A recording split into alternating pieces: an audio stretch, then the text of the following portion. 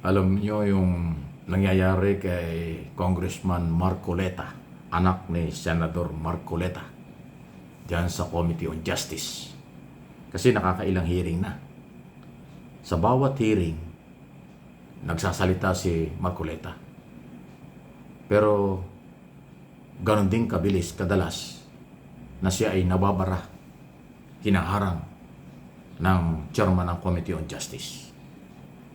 Kasi nga po, nadidinig naman natin at napapakinggan ninyo na yung kanyang mga tinatanong ay may pagtutol sa ginagawa ng Committee on Justice. Pangalawa, talagang halatang-halata mong pinagtatanggol niya si Sara Duterte. Pangatlo, parang may nag-uutos sa kanya. Sino kaya nag-uutos sa kanya? Kasi tuwi siyang magbabasa ng kanyang argumento at kanyang manifestation kung ano man gusto niya sabihin. Binabasa niya, may cellphone, may ano. Pero hindi umobra sa chairman. Kasi nga ang laging sinasabi ng chairman, you are not member ng Justice Committee. Doon pa lang sa pag sinabi ka ng chairman na hindi ka naman member ng Committee on Justice. Para bang sa susunod na hearing, parang ayaw mo na bumalik. Parang ayaw mo na sumali. Kasi masakit yun. Kasi naman ang totoo na hindi siya member. Pero para po sa inyong kaalaman, ang mga congressman, yan ay member ng iba't ibang mga komite. Pag ikaw ay member ng komite, meron kang obligasyong mag-participate, sumali sa lahat ng usapan doon sa hearing ng komite kung saan membro ka. Pero kung hindi ka talagang member, talagang wala kang authority magtanong, wala kang authority mag-motion, wala ka rin authority questioning ang proseso ng komite. Kahit anong komite yan. Parang, pag nandudong ka, mag-oobserba ka lang. Wala kang enough power, limitado hanggang observation lang ang iyong magagawa dyan. Magsalita ka base sa iyong observation. Pero yung mag-motion ka, questionin mo yung proseso, questionin mo yung dokumento, hindi ka papayagan ng komite. Kaya nga nakita nyo, ang daming congressman, di ba? 300 plus ang congressman. 39 lang ang member. Kita mo, majority ng mga congressman hindi dumadalo kasi alam nila ang kanilang limitasyon at ayaw nilang mapahaya. Kasi pagka hindi ka nakatiis, magsalita ka dyan na sa tingin mo'y tama ka, pero isasabihin ng chairman, you are not member. Ay di sapul na sapul. Ay lagi, namanhid na si Marcoleta na every time na maghihiring ang Committee on Justice sa impeachment process, laging sinasabing, hindi ka member ng komite. Buti nga hindi sinasabi ng Congressman Luistro, bakit ka ba lagi nandito? Hindi ka naman member. Pero hindi naman gagawin yun. Hindi naman ganon. Hindi naman bastos si Luistro. Sinasabi lang, hindi ka member, so limitado ang iyong participation. At yung kanyang madalas na sinasabi, dinidelete pa nga. Minsan nga, sabi niya, ay pagka dinidelete niya, baka wala nang matira sa sinabi ko, nakatawa ng tuloy. Di ibig sabihin, lahat na sinasabi niya, pagka irrelevant, o hindi, wala kang karapatang sabihin yun, di-delete talaga yan. Kaya nga tanong ko, sino kayo nag-utos na si Marcoleta ay magpunta ron, mag-attend ka dyan, mag-participate, sumali ka dyan. Kaya tuloy lagi nasusupalpal eh. At lagi nagbabasa ng mga dokumento at saka sa cellphone niya binabasa, siguro pinupurward sa kanya tinatanong. Hindi kaya mga abogado ni Sara Duterte na pipitsa kanya. Hindi, tanong ko lang naman. Di ba? Observation lang ako. Kasi public hearing. Napapanood, nakikita ng mga Pilipino sa buong mundo. Eh kung tuyo na lang maging hearing, nasasabong ka, nalilikturan ka, abay kahiya-hiya ka naman. Di ba? Pero ulitin ko doon sa mga hindi nakakaintindi lahat ng congressman mayroong karapatan, limitado nga lang. Lahat ng congressman hindi pinagbabawalang umattend ng hearing, hindi ka nga lang pwede mag-participate. May limit yung iyong kapangyarihan yan pag hindi ka non-member ng committee. Ganun po yun. Hindi katulad sa plenary.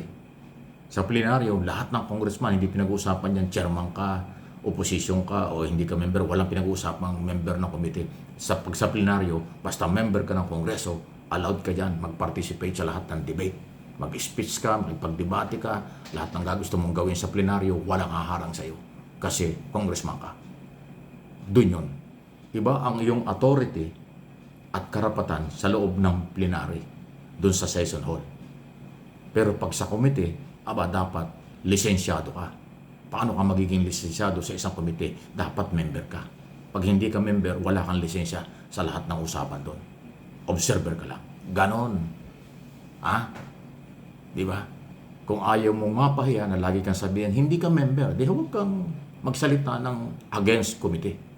Kasi pag kinuwestiyon mo yung rules ng committee, away na yan. Pag kinuwestiyon mo yung pinag-uusapan, away din yan. Pag nagsumali ka doon sa debate, away din yan, hindi yan pwede. Hindi ka nga pwedeng, wala talaga, nag-o-observe lang eh. Alam naman ni Congressman at Batang Marcoleta yung kanyang limitasyon. Pero bakit siya parang paulit-ulit na siya pumapayag? At siya, hindi ba niya nararamdam na siya parang kaya-hiya doon? Lagi na lang sinisermonan. Lagi na lang nililikturan. Kaya lang, kung talagang may nag-uutos sa kanya, ay ang mabigat. Sino kaya nag-uutos sa kanya? Kawawa naman itong Batang Marcoletang ito. Nakasalalay ang kanyang mukha at pagkatao doon, pero puro lecture ang inaabot mula sa magaling na chairman ng komite. Abogado yun, at saka hindi ko talaga papayag yun. Nakita naman yung mag-preside kahit yung mga congressman doon, hindi kahit anong klaseng discussion, ang debate, pag nag-rule, nagpahayag ang chairman, wala silang magawa. Di ba? I submit the chairman. Di ba? Nire-respeto nila yung chairman. Kung si Marcoleta lang, nakita nyo si Marcoleta lang yan. Di ba? Sino-sino ba yung mga sumisingit? Si Suntay, yung kaibigan ni Ann Cortez. Tapos si Garbin ba yun? Nung ako Bicol Party List ni Sardico. Nandun, nadagdagan. Pero pang isa dati dyan eh. Tatlong congressman, si Rufus Rodriguez, dating maingay, bigla natahimik din eh. Kasi alam niya magaling yung chairman. Alam niya yung rules at hindi siya makakasingit dyan ng basta-basta. Laging lilikturan ka at laging ipapalaala sa iyo ang authority ng komite at ng chairman. Pag ilang beses kang sinabihang ito yung authority, ito yung rules, ito yung karapatan mo, ito yung karapatan namin, pag dapat isa lang masabi yun, alam mo na. Pero kung paulit-ulit, kawawa ka na. Di ba? Observation lang natin yan. Okay?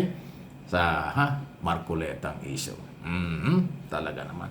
Pati nga si Congressman Abante, napiko na eh. Sinabi ba naman ni Marcoletang, wala naman sa impeachment complaint ang salin. O di binasa ni Abante. Si Abante ang nag-endorse ng complaint eh. Nakalimutan yata na may complainant, may nag-endorse. Malinaw to sa dokumento, kasama ang statement of asset and liabilities, hindi pwedeng mawala yan. Sa impeachment process, lagi ang salin, lalo kung korupsyon, ill-gotten wealth ang iso, ang salin ang pagbabasihan. May kayamanan ka ba o wala? Nagdeklara ka ba o hindi? Nang tama at mali. Yun yun. Tapos sasabihin ng Batang Marcoleta, wala sa original complaint ang salin. O, hindi nasupal pala siya ni Abante. Magbasa ka. Nandito, ang linaw-linaw eh. O ginanon siya. Nalilisip pang mata ni Abante. Parang gustong manakit. Yan lang yung ating maraming observation. Mag-observe ka na lang, congressman. Pag nag-participate ka, naaawa na ako sa iyo, puro sabon ang inaabot mo eh.